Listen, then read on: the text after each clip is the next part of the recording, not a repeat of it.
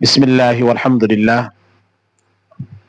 জিলহজ মাস চলমান এবং প্রথম দশকের শেষ প্রান্তে আমরা এসে পৌঁছেছি। কোরআন এবং সুন্নাহ মোতাবেক জিলহজ মাসের প্রথম 10 দিন অত্যন্ত ফজিলতপূর্ণ।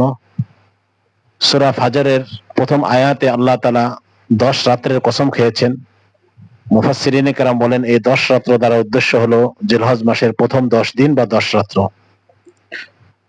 এবং হাদিসে পাকের মধ্যে রাসূলুল্লাহ সাল্লাল্লাহু আলাইহি ওয়াসাল্লাম বলেন, মা মিন আইয়ামিল আমালিস সালিহি ফিহিন্না আহাব্বু ইলাল্লাহি মিন হাযাল আইয়াম কিলা ওয়ালাল জিহাদু ফি সাবিলিল্লাহ ক্বালা ওয়ালাল জিহাদু ফি সাবিলিল্লাহ ইল্লা মান খারাজা বিনাফসিহি ওয়া মালিহি ফালাম ইয়ারজি' মিন যালিকা বিশাইইন। যত দশক রয়েছে, জিলহজ মাসের প্রথম দশকের চেয়ে ফজিলতপূর্ণ আর কোন দশক বা কোন মাসের প্রথম 10 দিন এমন ফজিলতপূর্ণ নেই। কেউ জিজ্ঞেস করলো যে আল্লাহর রাস্তায় জিহাদ করাও কি এই 10 দিনের চেয়ে অধিক ফজিলতপূর্ণ নয়? তো বলা হলো না, এই 10 দিনের চেয়ে জিহাদ করাও, আল্লাহর রাস্তায় জিহাদ করাও ফজিলতপূর্ণ নয়।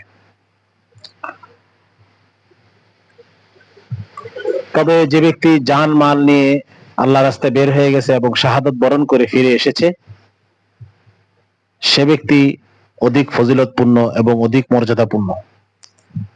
তো কোরআন এবং এই আয়াতের আলোকে আমরা জিলহজ মাসের প্রথম দশকের ফজিলত আমরা বুঝতে পারি এবং জিলহজ মাসের প্রথম দশকে কি করণীয় এ ব্যাপারে দীর্ঘ আলোচনা আছে। হাদিসে পাকের মধ্যে আছে রাসূলুল্লাহ সাল্লাল্লাহু আলাইহি ওয়াসাল্লাম জিলহজ মাসের প্রথম দশকে অধিক ইবাদত বন্দেগী করতেন, রোজা রাখতেন। সাহাবায়ে কেরাম এবং আসলাফের থেকে আমল বর্ণিত আছে। এক হাদিসে আছে যে সিয়ামু ইয়াউমি আরাফা আহতাসিবু আলাল্লাহি আন ইয়াকাফিরা আস-সানাতা আল্লাতী ক্বাবলাহু ওয়াস-সানাতা আল্লাতী বা'দাহু। তো জিলহজ মাসের প্রথম দশকের 9ম তারিখকে ইয়াউমে আরাফা বলা হয়। ইয়াউমে আরাফা জিলহজ মাসের 9ম তারিখকে বলা হয় এবং ইয়াউমে আরাফা অত্যন্ত ফজিলতপূর্ণ। হাদিসে পাকের মধ্যে আছে যে আরাফার দিবসের রোজা এটা পূর্বের বছর এবং পরবর্তী বছরের কাফারা স্বরূপ। তো এই জন্য আজকে 1446-2025 এর যে 6 জুন আগামীকাল ইয়াউমে আরাফা আমাদের জন্য। এবং ভৌগোলিক কারণে যেহেতু আমরা বিচ্ছিন্ন একটি গোষ্ঠী ছাড়া সকলে এ ব্যাপারে একমত যে চাঁদের হিসাবে আমরা ভিন্নতা গ্রহণ করি, মানি। তো মধ্যপ্রাচ্যে যেহেতু আমাদের একদিন আগে চাঁদ উঠে থাকে সাধারণত, এবং এবছরও তাই হয়েছে, তো সঙ্গত কারণেই তাদের জিলহজ মাস একদিন আগ থেকেই শুরু হয়েছে এবং ইয়াউমে আরাফা একদিন আগেই হয়েছে। এখানে একটা জিনিস মনে রাখতে হবে যে আরাফা, ইয়াউমে আরাফা এবং আরাফাত ভিন্ন জিনিস। আরাফাত হচ্ছে একটি জায়গার নাম, স্থানের নাম, আর ইয়াউমে আরাফা হচ্ছে 9ম তারিখকে বলা হয়।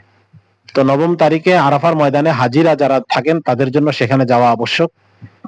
তো সেই হিসাবে যারা আরবে আছেন এবং হজে আছেন তাদের জন্য এই আজকে অর্থাৎ 25 সালের 5 তারিখে ইয়াউমে আরাফা, যেটা আমাদের জন্য 8ই জিলহজ। আর যেহেতু আমাদের একদিন পরে চাঁদ উঠেছে এবং একদিন পরে আমাদের জিলহজ মাস শুরু হয়েছে, হাদিসের নির্দেশনা অনুসারে 9ম তারিখে যেহেতু ইয়াউমে আরাফা, তাই ইয়াউমে আরাফার গণনা আমাদের আগামীকাল হবে, অর্থাৎ 6 জুন 2025, 1446 হিজরি। তো ইয়াউমে আরাফার দিন আমরা কি আমল করব? অন্যান্য যে ফরায়েজ আছে, অন্যান্য যে আমল আছে সেটা থাকবেই, সে সাথে রোজা রাখার কথা রয়েছে। এবং একটি গুরুত্বপূর্ণ আমল, ওয়াজিব আমল, সেটা হচ্ছে যে 9 জিলহজ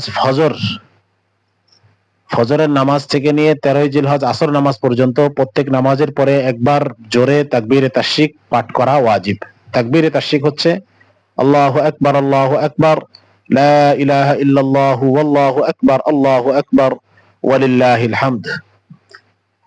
তো এই তাকবীর আমরা শুদ্ধ করে সকলে পড়ব।